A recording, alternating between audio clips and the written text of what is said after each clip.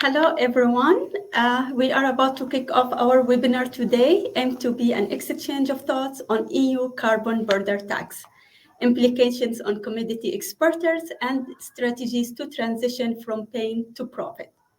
My name is Nisreen Shaddad, Head of Sustainability Solutions at Verifax. I will be the moderator for this webinar, and with us, we are expecting Mr. Yasser Akkawi, Chairman at Capital Concept for ESG and Sustainable Finance Consultants, and Mr. Wasim Marabi, CEO and co-founder of Verifax, an award-winning tech company on end-to-end asset traceability and a native ISV partner for Microsoft. The session is planned to provide you with a quick overview of the newly introduced carbon border adjustment mechanism and its implications on suppliers of commodities around the globe. After that, we will detail some recommendations on the change in operations and the journey to comply with CBAM swiftly, efficiently, and across your organizations. But the best part is that we also want to hear from you. If you have any questions, please share and we will try to answer as many as possible during our webinar or get back to you afterward. Knowing that regulations evolve over time, we must emphasize that the content of this webinar is meant to deliver general recommendations that are applicable to the current CBAM regulations. So without further ado, let's start. And as you know, this year, on the 17th of August, the European Union addressed the risk of carbon leakage and missing climate neutrality target.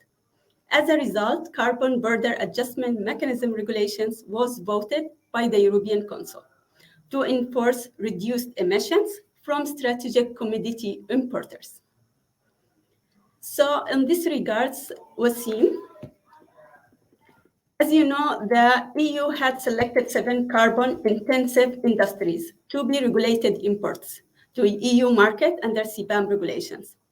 And I believe you have some good news for exporters on easing compliance and turn it into an opportunities for growing their exports and margins. Do you mind taking us through these opportunities and the solutions proposed for transition from compliance pain into profit? Sure, with pleasure. I mean, thank you first for organizing the webinar. It's a pleasure to be here and to be talking about technological solutions to ease the pains of manufacturers or exporters of commodities into specifically the EU. It would be my pleasure to actually share, a few slides to run you through them, to explain for everyone that is on the call, people who are well versed with CBAM or people that are new to CBAM. What does it stand for? What does it imply? And what are the measures that can be taken in order to turn this into an opportunity, a commercial opportunity?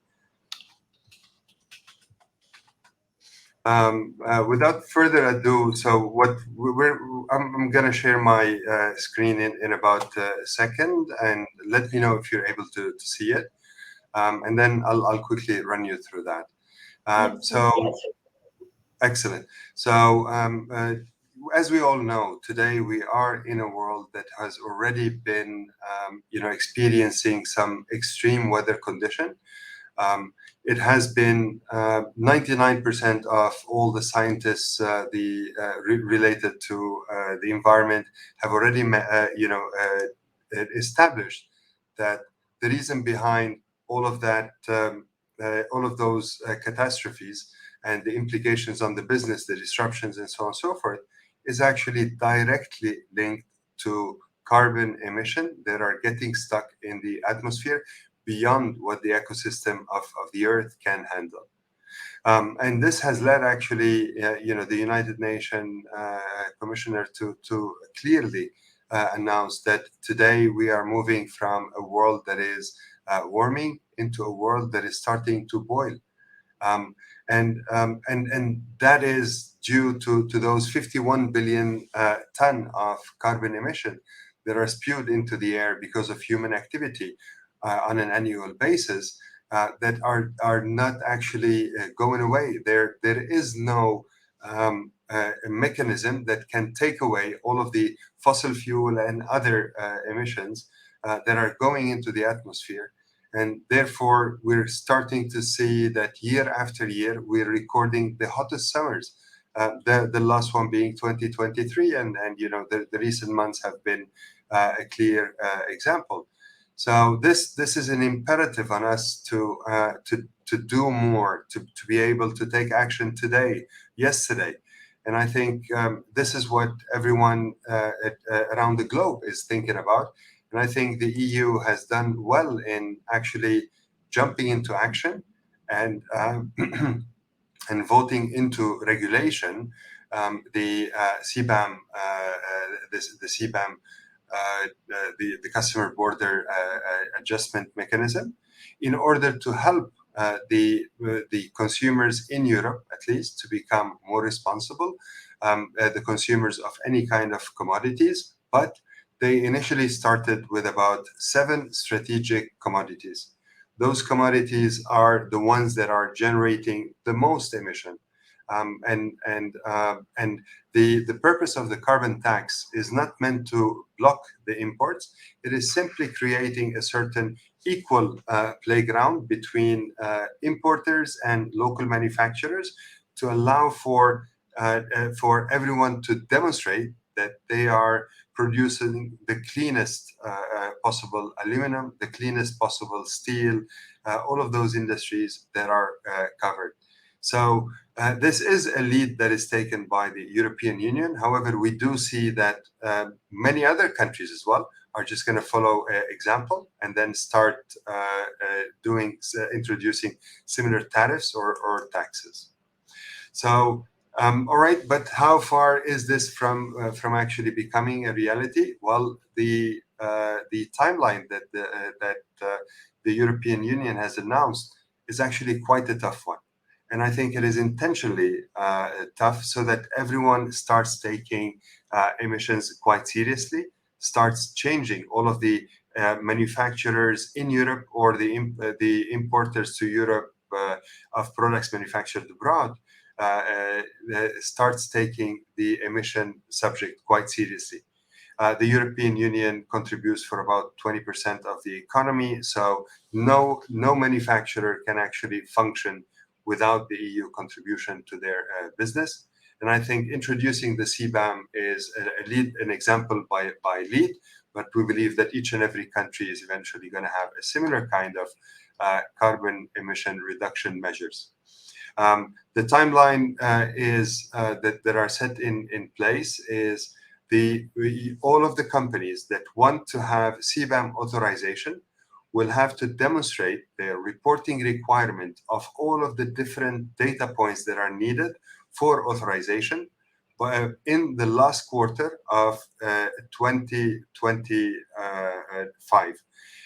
If they don't do so, then none of the companies in whichever country that it is operating would be enabled to actually connect into the emission trading system, which is a national exchange for emission trading.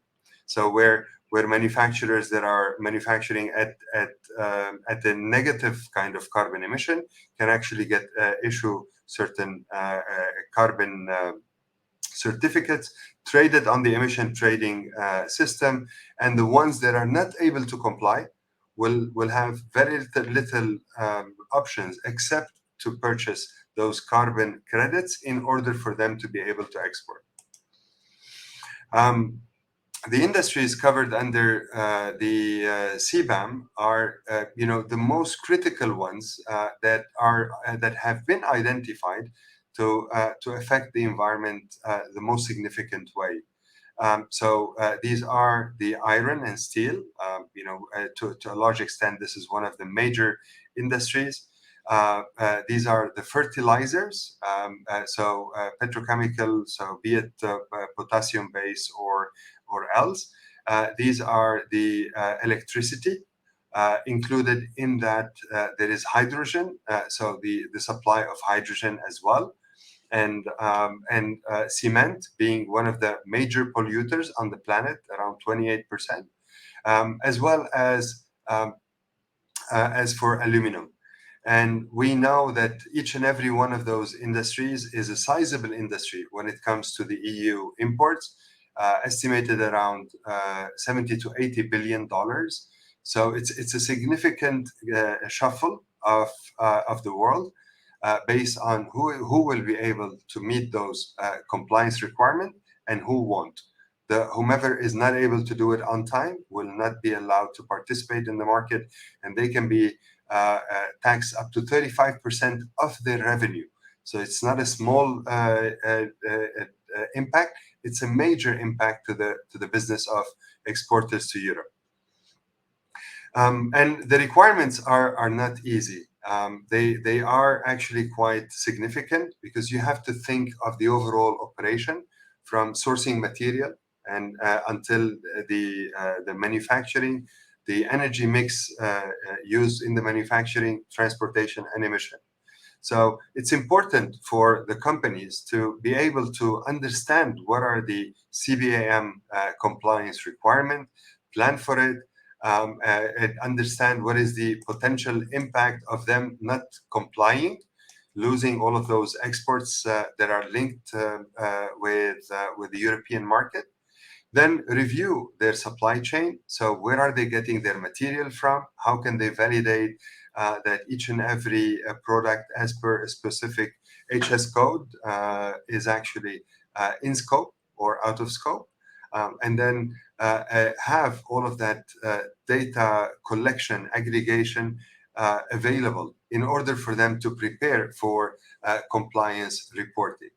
The step 3 is the preparation itself, where you have to look at what are the reporting obligations, register for getting authorized by CBAM authority, in order for them to be engaged and demonstrate that you're compliant 100% with every shipment that you are sending into the EU, and then that you are, if you're meeting it, great. If not, then you have to figure out a way how to also engage with the emission trading system that are now spread all over the world on a national basis, in order for the manufacturers to purchase that carbon credit needed to be able to export into Europe. In summary, CBAM is a reality, and manufacturers need to actually measure their footprint in order for them to manage the compliance with CBAM regulations. So we touched briefly on the implications of CBAM, but it is important that we expand on that, because each and every one of those are quite important. So today, the tariff that is imposed on export of these commodities that have been earmarked for the CBAM, the first deployment phase of CBAM, is quite steep. It is 20 to about 35% on the revenue, on the export value, on the invoice of the produce that is coming into Europe. And if you're not able to actually pay for that, it's quite a significant payment. If you're not able to demonstrate the payment for exporting products without CBAM approval, then you can actually altogether lose access to one of the largest economies in the world, which is the European Union. Now, and then further down the line, it's no longer going to be an option, because you also need to follow other countries that will have similar kind of regulations. And if you're not able to measure your product's carbon footprint, and then buy the credits, meet the requirements of Europe today under CBAM or other requirements, then you won't be able to participate in that global economy as an exporter of targeted commodities. However, if you are able to comply, and if you are able to generate a zero emission, for example, aluminum, or even negative emission, which means that you have actually potentially, for example, energy generated from renewable sources, then that would turn into an opportunity for you to be selling also the carbon emission into whomever needs to buy it in order for them to export into Europe. So the opportunity or the risk are both sides. If you don't manage and comply, you're going to lose access to the market or pay a very hefty premium that will push you out of the market anyway. The opportunity is that if you are to comply and if you're able to generate certain carbon credits, then you can generate money for revenue from selling your commodities at minimal kind of tariff or zero tariff to the EU. And you can generate also from those carbon credits that are above and beyond.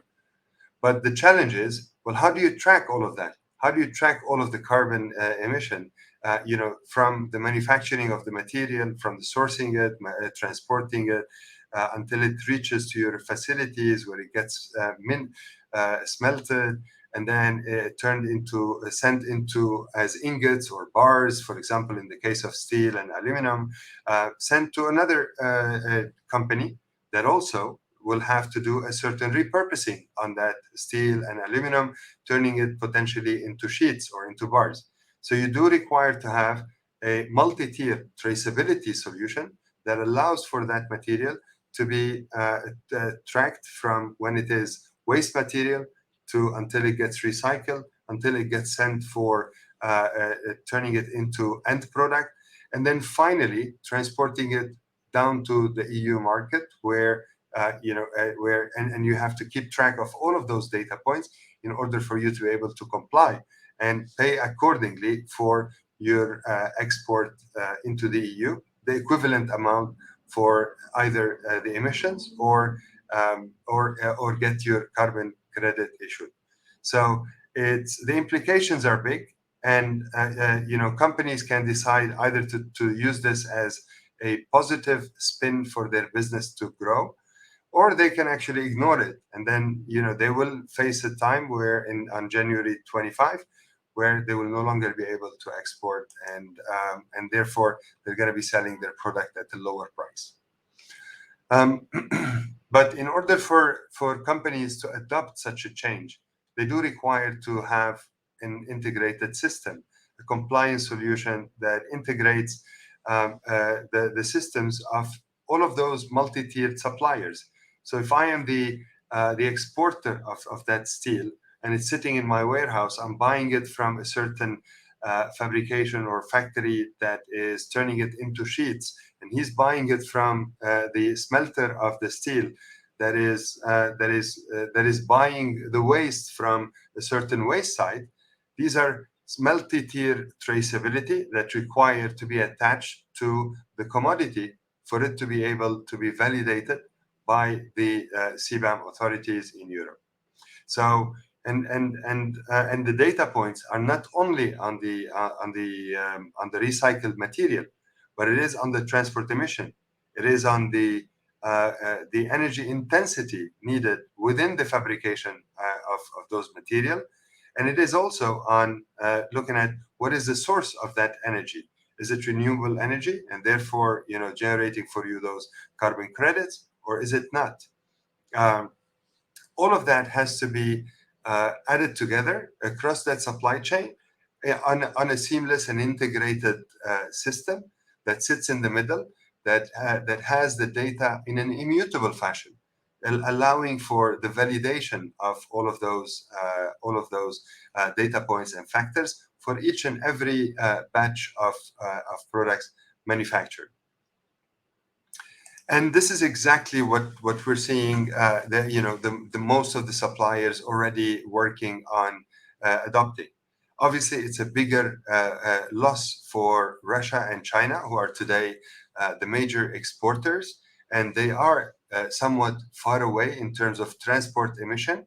So a ton of steel that is making half of the way around the world from China to the European Union is going to have a higher carbon emission simply from the transportation, even if they were at par with a factory, for example, that is based out of Egypt and it's quite close, or out of Algeria or Morocco versus Spain. So therefore, the transport emission will play a significant role. And in that perspective, you do require to also look at what kind of petrol is being used in the ship to transport the commodity. So there are certain shipping lines already, as we stand today, that are adopting LNG gas for powering their tankers or shipping or container ships in order to reduce the carbon emission. And that is something that all of the manufacturers will have to keep also into consideration. So whenever today they are renewing their contracts with their logistics partners, how can they actually select the logistics partner that can provide the lower emission solution or transport solution for their commodity into EU? So, okay, it's all good. It sounds simple, but obviously doing any change within an organization is never simple. You have existing systems, you have existing data reporting, you have ERP system that is siloed. You know, you want your ERP to be protected. You don't want to be, you don't want access from external parties into your own ERP.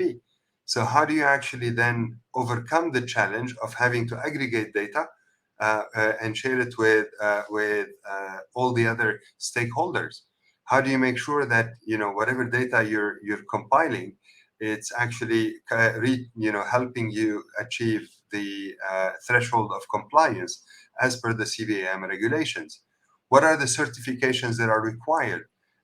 Is it self-certification or is it third-party certification, and the frequency and so on and so forth? How do you calculate the carbon emission and across that complex multi-tier supply chain?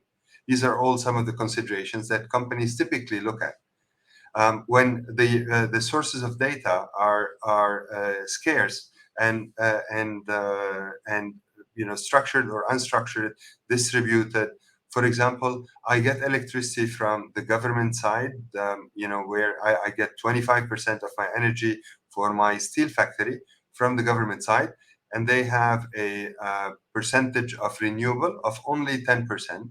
And now I want to actually buy certain solar panels to install on my factory, some wind turbines, and so on and so forth, to improve the energy mix needed within the product that I'm exporting, so that I can comply with the CBAM. Then these are all distributed data, and it's very hard to consolidate. How much are you consuming from the government utility provider, and how much are you consuming from the side of your own electricity generation infrastructure? And how do you demonstrate that, validate it, and so on and so forth? Having the right kind of IoT equipment to measure the energy source and what have you. The standards are demanding to have also reporting and certification to meet the CBAM standard. If you're claiming that a certain aluminum is in effect recycled aluminum, how do you get it certified? Where's the certification body who is actually taking samples from every batch on a daily basis? How do you validate that you have gotten those aluminum not from a sanctioned country, but actually from recycled cans, right? So from solid waste. This is all requirements. So you need to take maybe a photo that can be analyzed by computer vision or something of the sort. You need to send samples of the produced aluminum to a lab that is able to issue a certain certificate demonstrating that this product is in effect recycled, and so on and so forth. That you're using transportation that has a lower emission.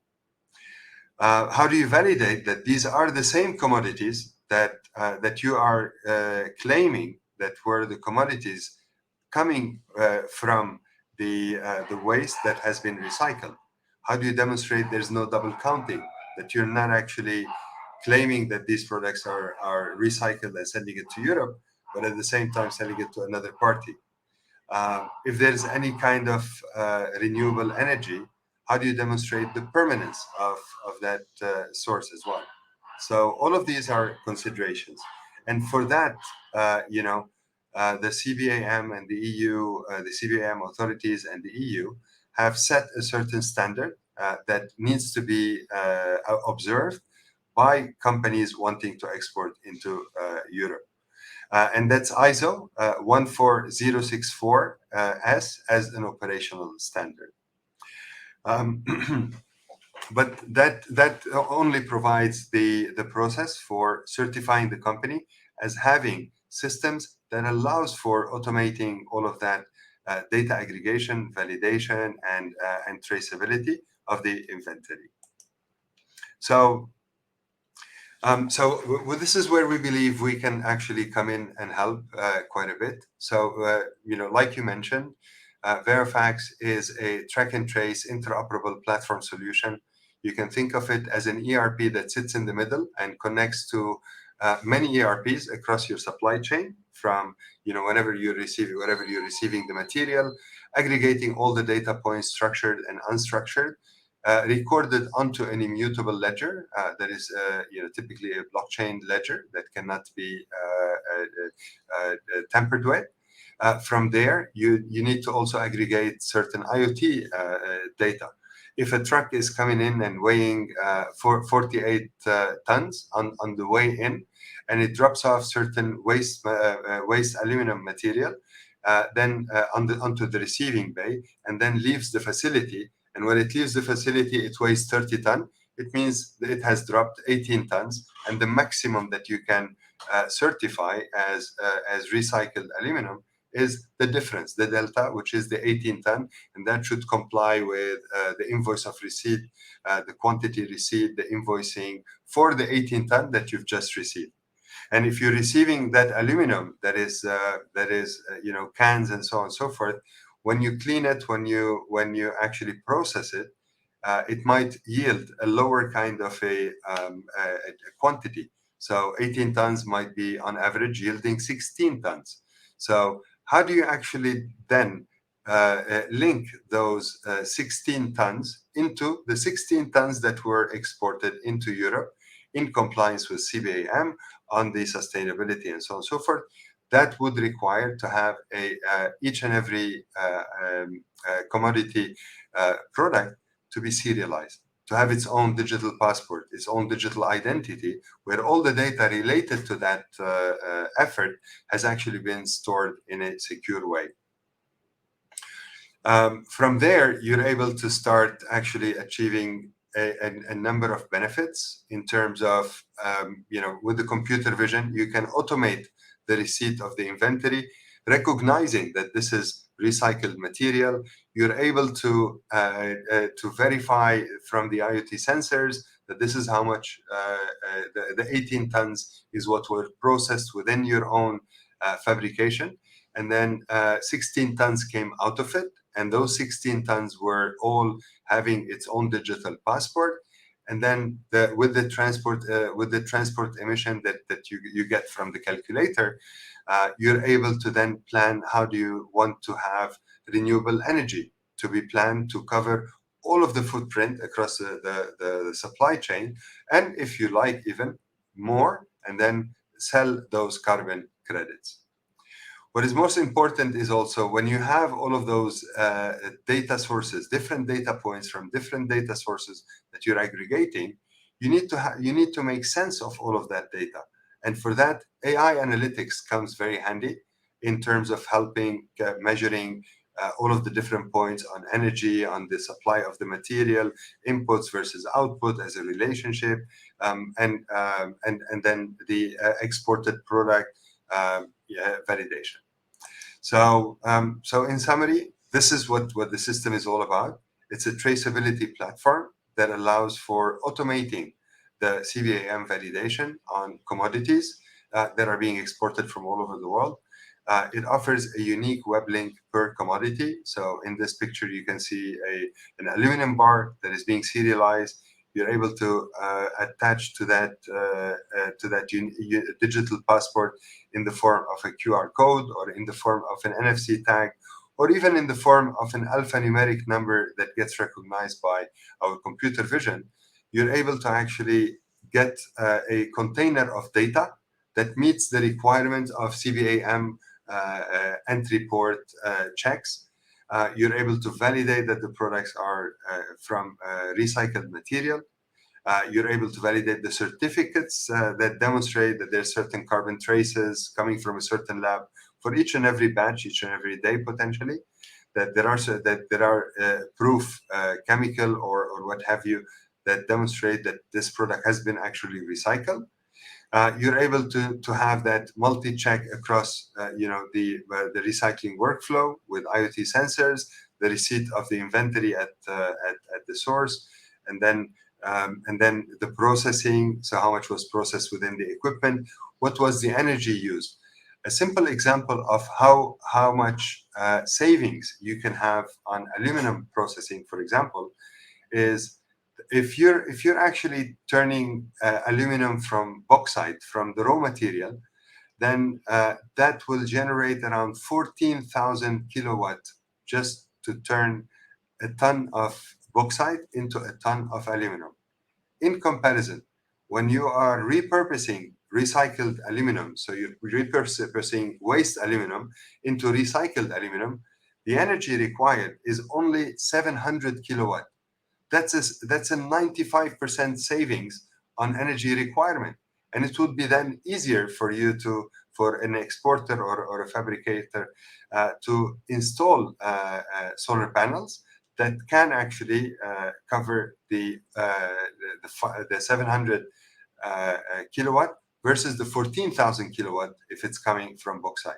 So it works hand in hand to actually focus on the change that is required in order to get a better kind of validation traceability, but also operational efficiency. So lower your cost of producing aluminum by sourcing aluminum waste, and use less energy, and combine it with renewable energy sources, at your factory or elsewhere. And that allows for also all of that data that got stored now can actually be validated by the border inspectors. Because it is certificates, you need to demonstrate that that certificate is multi-signed. It is actually signed by the lab that is verifying that your aluminum has been recycled. So we allow on that interoperable platform for the lab to be registered directly. And each time they are issuing a certificate for a certain manufacturer for a certain inventory, they are able to there and then be uploading that certificate and then say, this is for the goods that have been serialized, and these are the IDs of the serial IDs, and under this batch code, and we hereby confirm that the sample complies with the regulation, and store it on an immutable ledger. One that the manufacturer, if he doesn't like the results, he cannot cancel it. Only the lab that issued that report, if there was a mistake or something went wrong, they can actually issue a new report, take a different sample, issue a new report, and then accordingly again upload it on as an updated report. You will see the first report and the second report, and the lab will have to will be able to support that this is their own mistake. It's not the manufacturer's mistake, for example. It also allows for a direct communication channel. So now if you're getting the material that are recycled from one side, it goes to the manufacturing, which is another side. Then it goes to the transporter, and then it goes into the importer and gets into the country. You're able, with the same kind of physical interface, be it a QR code or an NFC tag or what have you, then you're able to actually communicate directly with the manufacturer and say, look, I have received all the documents, but I cannot clear the product unless I receive this additional product and related to those specific items that are serialized. So these are all the capabilities of an interoperable system. It is to manage the multi-stakeholder data exchange on the hub. It is to aggregate all certificates needed for export. It is to issue the digital product passport in the form of a digital ID on the commodity itself. It's a place where all the suppliers and buyers are integrated. It's a demonstration of a proof of sourcing, a computer vision analytics suite to validate the proof of sustainable material that are sourced. And it's a real-time validated data of the processing and the manufacturing timestamp in a way that cannot be tampered with. So, with all of this, it might sound now a little bit more complicated, but we turned it around and we turned it into a seamless process where you can validate end to end from material sourcing as recycled material down to the end products. So, the whole process of sourcing the material, processing, cutting it, cleaning it, smelting it, and so on and so forth, is that life cycle data information is all stored within the digital passport. And then integrating all of the IoT sensors, be it the truck weighing or be it the cameras that are showing that you got today's batch came from the waste that is there, or the fact that it is integrated with also the end product that is being manufactured, which then will allow for the importers or the custom duty to verify it on that interoperable platform. So the digital passport is a simple repository of data, a data container that integrates all of these different sources of data. And those sources of data could be coming from different IoT sensors, different ERP systems, different, like electricity meters and what have you. And you do require to have that data integration to happen via, regardless of the systems that are being used by the different stakeholders in the supply chain. So if the recycling company is using a Microsoft system, but then the ones that are turning it into sheets and bars are using an SAP, you do require that data to be able to talk to each other, to still be able to make sense of the data that they are receiving. And then, in addition to everything else that, like we mentioned, in terms of computer vision for supply chain validation, in terms of the processing equipment for reading the processing weight, quantities, and so on and so forth, on top of having certain lab certificates attached to it. So aggregating all of that data and then publishing it on a validated record that demonstrate the compliance and meeting the minimum threshold. This is exactly what Verifax can provide. So it sounds like a lot of effort. We are here to help the companies to take away all of that effort with that interoperable validation and traceability platform that sits in the middle. However, why should the manufacturer do that? What is the benefit for them to really now go and talk to their executive management about a certain capital expenditure related to it? Well, the benefit is quite straightforward. On many of those commodities, the recycled commodity is more expensive, straightforwardly, more expensive than the virgin material. If we take, I put here a PET example. The rPET example today is selling on the market around north of $2,000, whereas the virgin is around $1,400. So this is just one example, which is the pricing. The second one being, the margins. For example, when you use less energy on aluminum, you're able to reduce the cost of energy and therefore increase your margin by about 20% to 75%.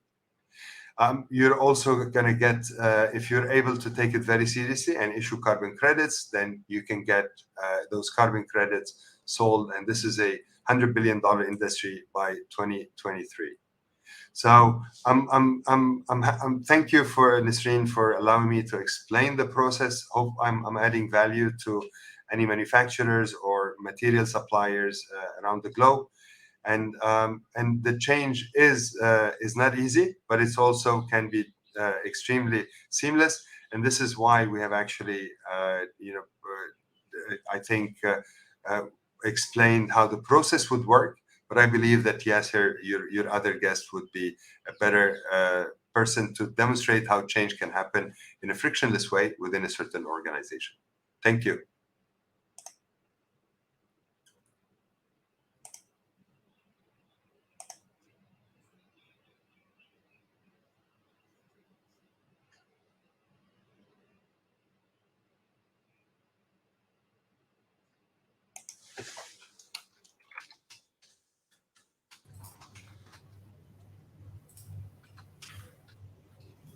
Thank you, Wasim.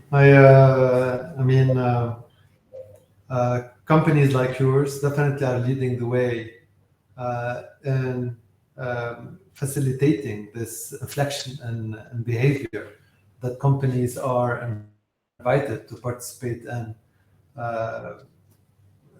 a world that has been really affected by climate change. We have to take it really seriously. And Europe has been leading the way.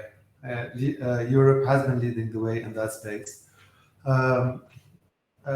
by looking at it from two perspectives, from the investment perspective and from the trade perspective. And these are two equally important perspectives. What our audience need to know also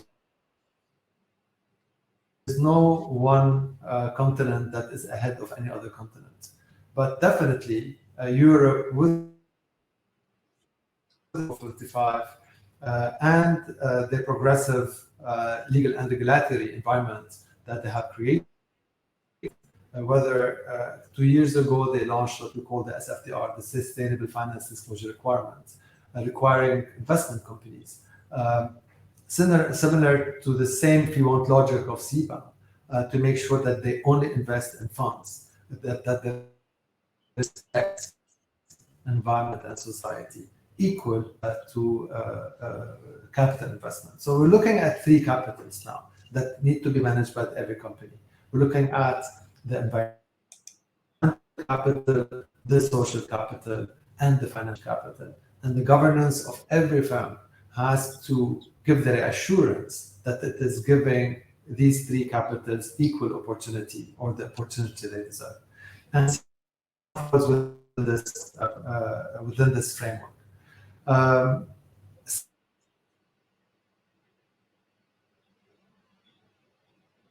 Around the world has to disclose and to monitor the management systems and the impact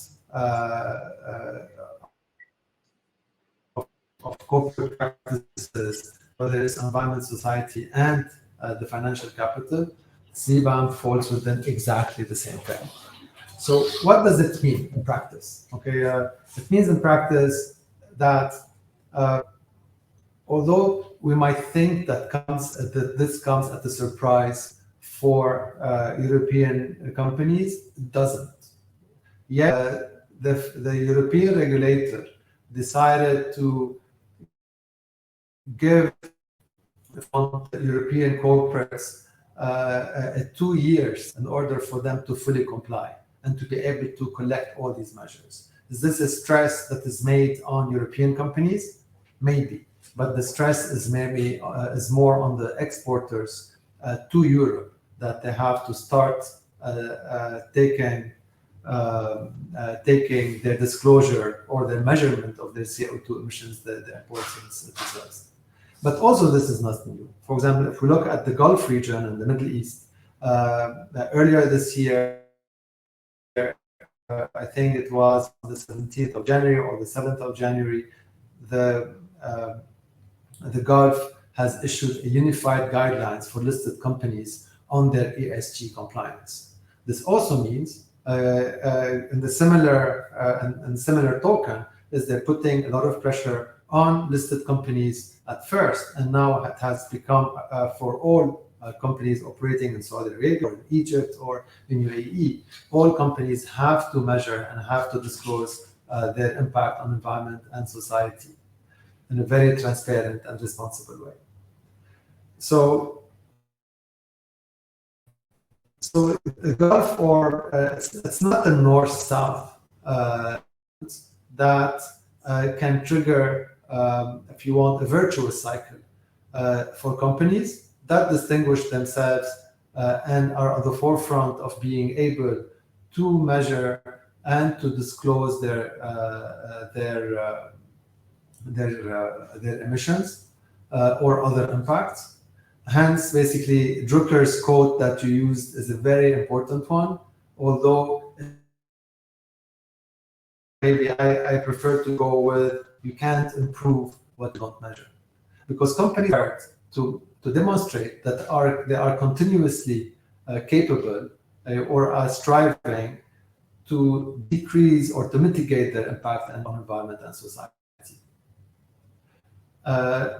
By adopting innovative solutions like Verifax, which is one of the most innovative solutions that is out there today that companies can adopt.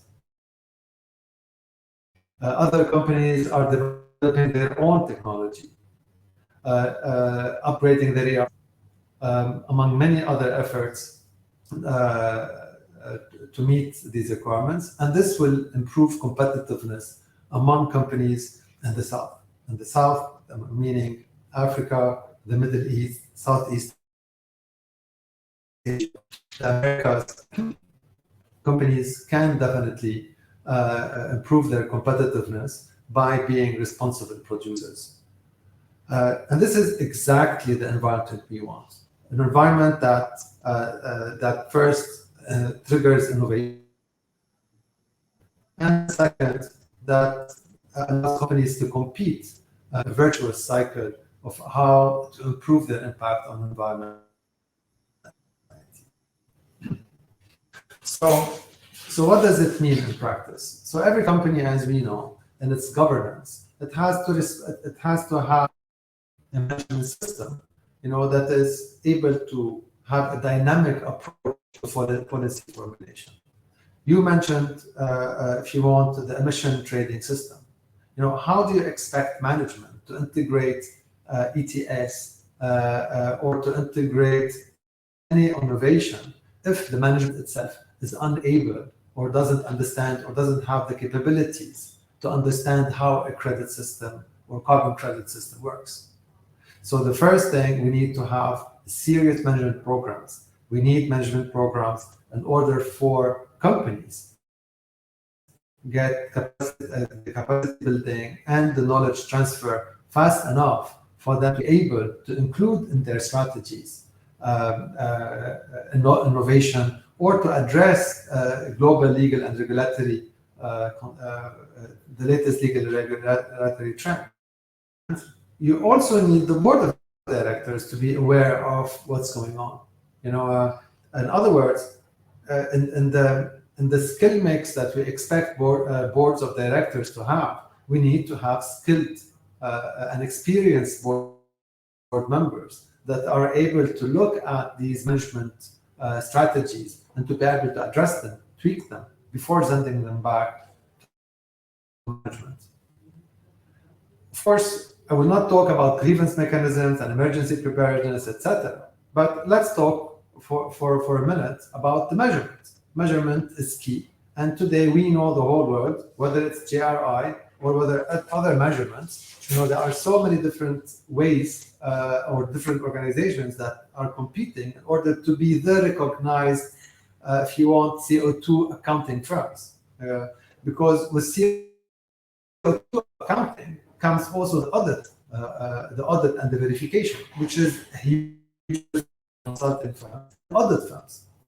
So there are several standards out there that are competing to see which CO2 emissions or accounting systems will be the most recognized worldwide.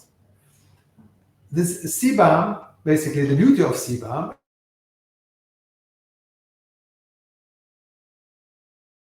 country that is willing or that is engaged with other companies around the world, a whole system that is reviewed periodically, by the way. It's not final. In order for either the company, the importing company, to use it in order to calculate the CO2 emission, or basically it puts this legal libel or this regulatory responsibility on the back of the exporting company, whether it's in Egypt, in Saudi Arabia, in Turkey, anywhere else around the world. So these companies has access to these resources. I don't know whether I can show them, but they are available online. I'd be more than happy to share the Excel sheet. It's a big, very nice Excel sheet where companies just enter their data, and they are able to get a measure of their CO2. Of course, defending whether this CO2 figure is accurate or not needs verification, and that's basically where Verifax come in and basically do its part of verification. But also this, if you want a method of calculating CO2 emissions, can easily be integrated in ERP systems, but it will still need verification. So this is exactly what companies need to know. It's already required by regulators, whether it's in the Gulf, whether it's anywhere else in the world. A lot of countries around the world are today requiring their companies to have a social management system, one that distributes responsibility not only within management, but they involve the policymaker. And by policymaker, we mean the board of directors. And of course, the management system has to, one of the most important things, measuring and reporting in a timely manner and in a transparent manner. So companies are required to measure thoroughly their impact on environment and society, their CO2 emissions, etc. So this is the first thing companies are required to do. They need to look inwards and see whether they have a management system that is able to embed a dynamic management style, one that is able to, in a timely manner, manage its impact and immediately innovate or identify alternative ways to mitigate this risk. It's not about the cap and then meeting the cap and staying there. But if we do that, the world will not be a better place. It will only be a better place where all corporates and we all work together, even in our daily lifestyle, in order to mitigate our impact on environment and society. So it's a great opportunity for companies, whether anywhere in the world, to enter this, to use this in a proactive and a positive manner, in a manner that they look at it, innovate. It's an opportunity to demonstrate and to stand out and to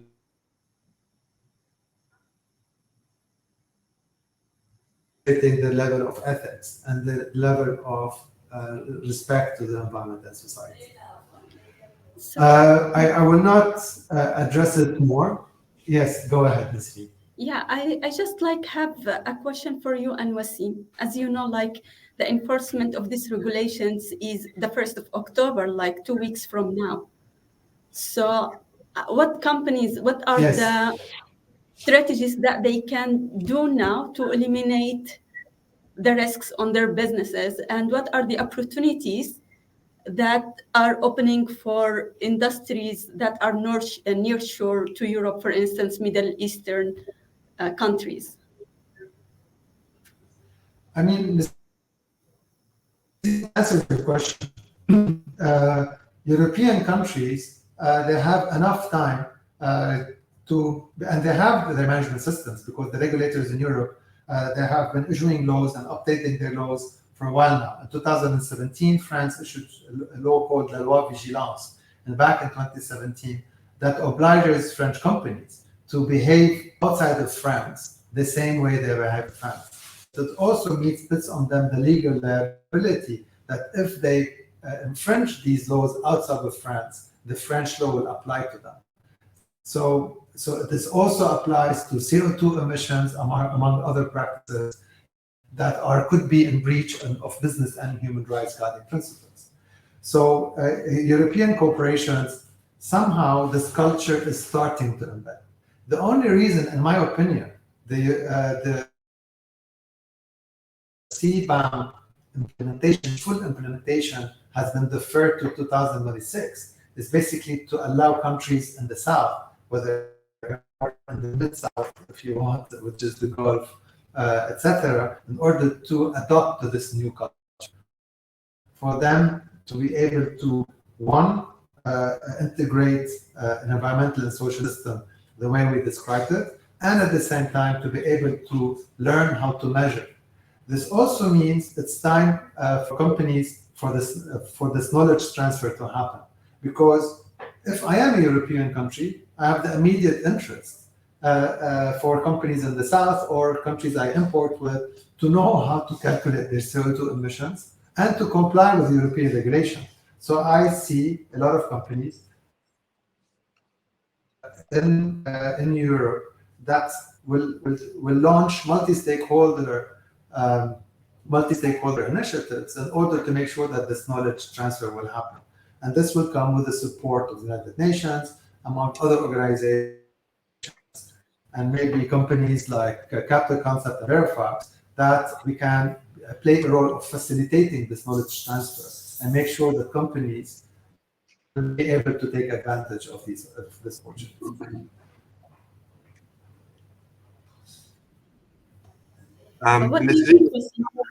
Yeah, if I may add actually to that question. So, I mean, yeah, absolutely. I think in terms of process, I think Yasser answered the whole thing. But in terms of like practical realities on the ground, what that means is that certain countries will have an advantage to export to Europe if they are nearshore markets. Saudi Arabia on their western coast of Jeddah, for example, will be a major kind of an export hub. The same with North Africa. The closer you are to Europe, if you look at, there are certain online calculators for transport emission. And if you were to look up at those, transport calculators, you'll quickly be able to know that there's a humongous advantage if certain countries and industries are investing behind building more factories for supplying, those specifically targeted commodities. And it's a humongous advantage if you don't look at anything else. Only from the proximity, nearshore proximity, that is already a huge advantage for the Middle Eastern countries. Now, if you add to that the fact that the sun versus, for example, Russia and China that are about 50% of the export. If you look at how much the sun shines on this part of the world, and therefore, what is the number of kilowatt hour that you can generate per square meter, for example, per square meter panel, you will find also there's a tremendous advantage for the Middle East companies to adopt renewable energy that will help them in quite a significant way.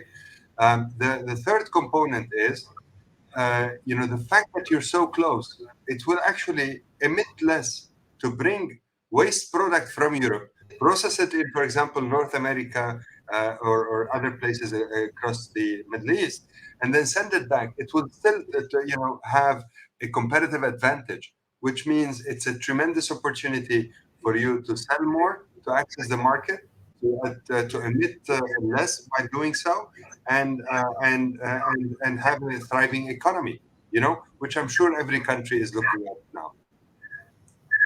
As we are talking about the Arab region and Middle East, with COP28 around the corner, do you see the EU CBAM regulations to be replicated or adjusted in the region? The question is for both of you, Yasser and Wassim. The impact of COP28. I'll venture I could be the first opinion. The voice was a bit. Can you repeat your question, please? Like now, the new regulations were approved in August last month, and around the corner is COP28. So, what kind of changes that you are expecting after the COP28 and its impact on the region, like CBAM impact on the Gulf area? Regulations. I think I lost Yasser. So Wassim. No worries. Until Yasser is back. So I mean, COP28 is meant to be, is intentionally done in the Middle East to demonstrate that countries that have typically been labeled as exporters of, of hydrocarbon, although it's not their fault that the world demands it, are actually committed towards a greener world, a more sustainable world. And, I do feel that all of the regional countries, they want to demonstrate that they are committed to delivering a more sustainable industry, to collaborate with Europe and North America on the supply of certain energy neutral energy or zero emission energy alternatives. These are the likes of hydrogen, for example. Saudi Arabia has recently announced that they are taking hydrogen very seriously. They want to be the strategic supplier of hydrogen for the world, and that they have a lot, the areas to get all of that hydrogen generated from water and compacted and sent into Europe, where there's already been shipments sent into Germany, I think, earlier this year. And this is a market that is expected to reach around $50 to $100 billion on its own within the next few years. So there is, I am confident that there will be at COP28 more commitment from around the globe to adopt similar regulations, to CBAM, and from the region to demonstrate that they are committed to a more sustainable world by activating those industries that are affected, or by growing certain new industries such as hydrogen, green hydrogen supply. Okay, Wassim, actually one of our audience is asking, Johnny, thank you for your question. He's asking, like, does Verifax has presence in Asia? And how does Verifax pricing fits or compete with all cloud others in Asia as well? Yeah. So the answer is yes. We do have our offices based out of Malaysia. In terms of, we're happy to be serving any clients that are based out of Asia from our Malaysian office. They are Chinese speakers, they are Thai speakers, they're actually from that region. So the team is from there, Indonesia, Malaysia, and so on and so forth. And they're ready for servicing manufacturers that want to comply and grab the market. In terms of the costing, the costing is very fractional. We're only talking about a track and trace solution that allows for product serialization and then being able to validate those commodities that are being exported. So it's not a major investment. It can be looked at also as an OPEX, depending on the business model that we agree with the exporters. I believe that we have Yasser joining us back now from the backstage. So looking forward to seeing him as well. If you want to ask some of the questions again to him, or no, I just thank you, Wassim. Again, I will also try to take it to look at on the corporate environment, the legal, regulatory, or the global environment of the firm. And the ultimate objective of CBAM is to create an impetus for global commitments that meet its objectives, European objectives. And it's a global objective too. Thus, the effectiveness of CBAM will be measured by the extent to which it spreads the introduction of carbon pricing worldwide. And here you can play a very big role, or Verifax can play a big role. At the same time, it's important to note which basic requirements have to be met by a CBAM. Compliance with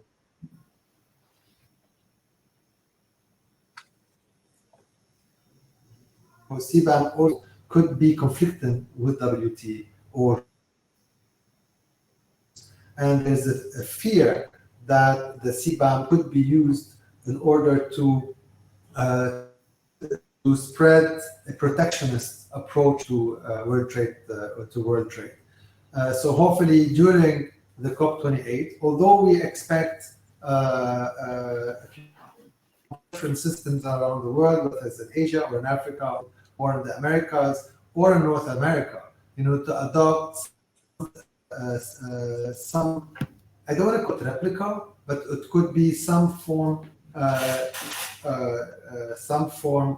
CBAM, but I hope they will all be used in the spirit that Capital Concept and Verifax work in, which is triggering this inflection point and the positive inflection point rather than to increase an environment of competition and unfair competition among nations. So we expect these issues to be discussed during COP28 so that they won't do, if they will not contaminate all the beautiful work we have been attempting to do with more politically driven or political agendas that they might have. So this is, if you want, the biggest concern for COP28. So, finally, what is the one piece of advice or insight you would like to leave our audience with, especially those feeling overwhelmed by the CBAM transition? So, for you, Wasim?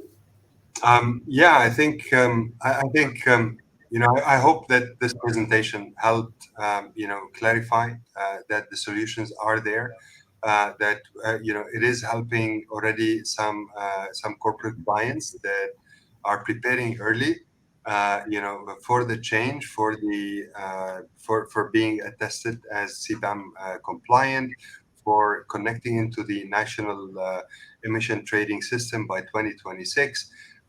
Changes in systems do take time, so it's important for companies to plan early. And I think what is the most important thing is you need to start having a new look at your operations and how the CBAM can actually improve your competitiveness or reduce your competitiveness. If you don't look at it, then it might actually affect you very negatively or very positively. You either miss the train or you're or you get pushed out of the market, like the EU. So it's important to do it and to do it early, and because it takes time to change, and in order for them to really comply and adapt. What about you, Mr. Yasser? Of course, I reiterate what Wasim just said, right? But also, I would like to add that companies that already have good governance, companies that understand or are starting to give or to measure their environmental impact, their social impact, the same way they measure their financial impact or the use of the financial capital in a sustainable way, there should not be worry. And they should receive the CBAM as an opportunity, as Wasim said. This is a huge opportunity that will allow companies that have already embarked on their own programs in order to innovate and in order to shine and in order to take advantage and to basically benefit of the $80 billion market that is already existing. So this is, if you want, what I can say. Mm-hmm. Thank you very much. Actually, we are running out of time a bit. So thank you very much, Wasim and Yasser, for sharing your expertise. And special thanks to our audience, who I encourage to join part 2 of this discussion on how to generate revenue from recycling credits during our next webinar, which is Recycling Carbon Credits Strategies for Turning Waste Recycling to Profit. I will share a link to the webinar in the chat for those interested to register. And I apologize for not having the time to answer all your questions. I will get back to you and send it through an email. So thank you very much, everyone. Thank you, Nisreen, for hosting us. Thank you, Wasim. Thank you, Nisreen.